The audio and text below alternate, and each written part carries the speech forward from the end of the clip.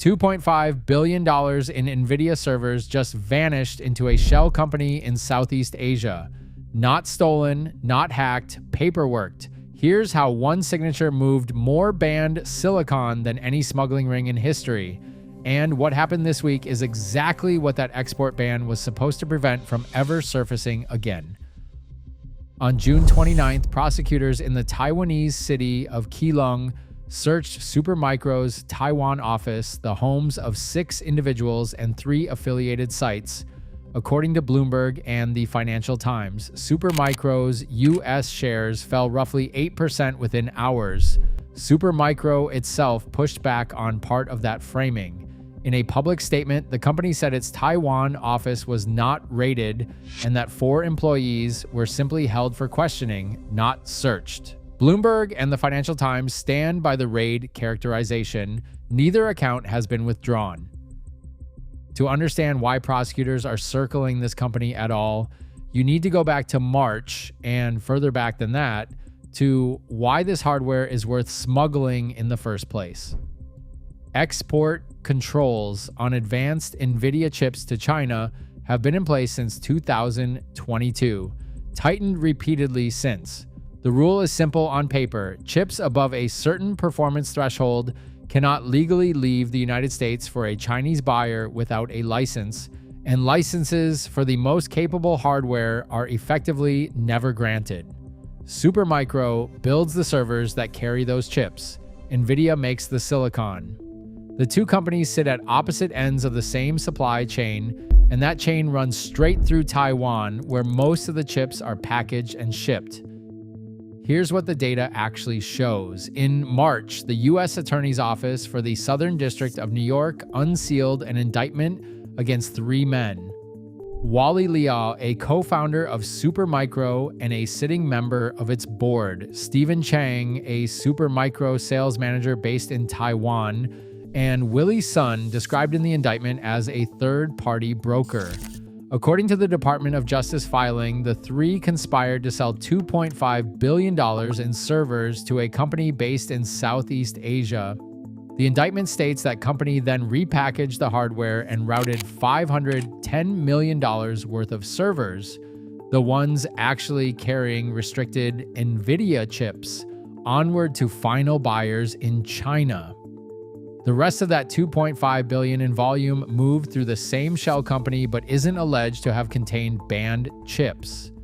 That distinction matters, and most coverage of this story skips it. Liaw pleaded not guilty. He was released on a $5 million bond. His trial is scheduled for November 2nd. If convicted on the export control charge alone, he faces up to 20 years and separate counts for conspiracy to smuggle goods and conspiracy to defraud the United States could add years more. Liaw is not a peripheral figure at this company. He co-founded Supermicro back in 1993, sat on its board, and controlled several $100 million in company stock. Just months before the indictment, he was photographed standing near NVIDIA CEO Jensen Huang at the company's own GTC conference. Supermicro itself was not named as a defendant in the indictment. The company has said the 2 implicated employees were placed on administrative leave and that it cut ties with the outside contractor involved. Think of the shell company the same way you'd think of a mail forwarding address.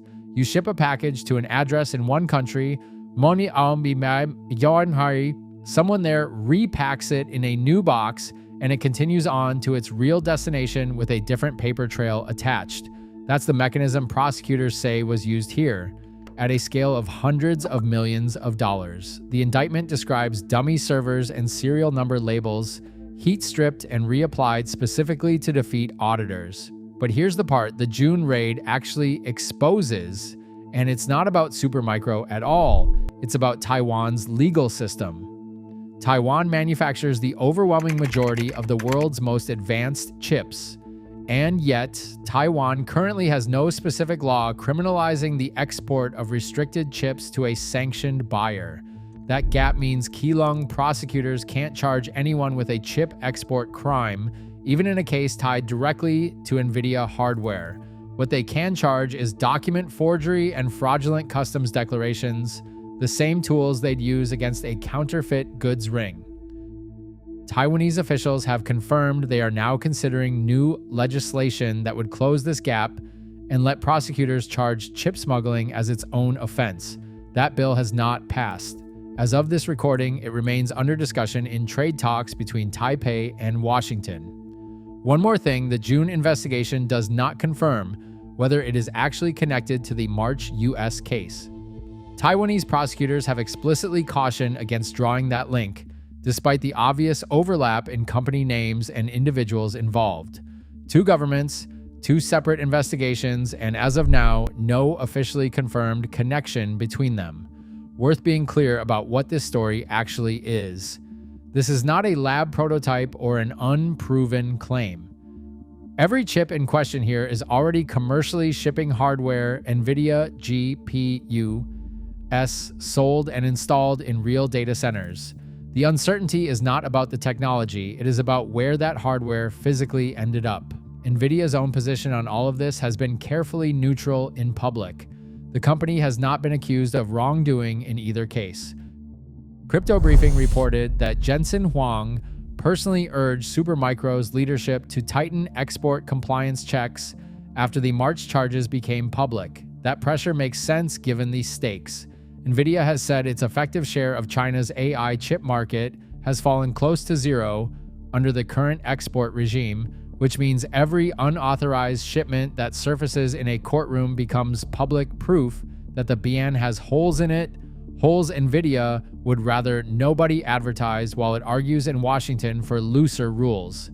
Analysts covering the stock have mostly treated the June raid as a legal overhang rather than a change to Supermicro's underlying business. Shares recovered, part of the 8% drop within the following two trading sessions, though they remain below where they traded before the raid.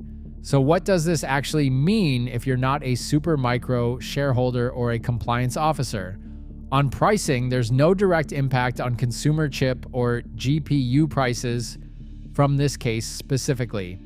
This is an enforcement story, not a supply story. If you're watching NVIDIA GPU availability expecting some kind of price shift because of a smuggling bust, that's not what this is. On availability, the more relevant number is enforcement pressure. Taiwan's raids and the pending legislation signal that the informal routes some buyers use to reach Chinese customers are closing. That doesn't restore chips to the legal market. It just makes the illegal path more expensive and more likely to end in a federal courtroom. On the investment side, Supermicro stock reacted to the news exactly the way you'd expect a stock to react to a legal headline involving its own co-founder, dropping on the day and partially recovering once the initial shock passed. That's a factual description of price movement, not advice about what to do with the stock. There's also a geopolitical thread worth pulling on. Taiwan sits in an unusual position here. It builds nearly all of the world's most advanced chips. It hosts the trial's key evidence trail, and it's now writing the law that would let it prosecute exactly this kind of case as an export crime rather than paperwork fraud. How that legislation turns out will likely shape how every future smuggling attempt gets routed and whether Taiwan or Washington ends up being the place where these cases actually get decided. Here's my honest read on this. The interesting story isn't that someone tried to get around NVIDIA's export ban. People try that constantly. The interesting story is how far a shell company and a set of reused serial number labels got before anyone in a position to stop it actually did, and how senior a role the indictment assigns to a co-founder of one of the biggest server makers on Earth. $2.5 billion is not a small crack in a wall. It's evidence the wall has gaps big enough to drive a container ship through, and that the country manufacturing the chips in the first place still doesn't have a law written specifically to close them. Neither side of this story, Beijing's demand or Washington's ban, comes out looking clean.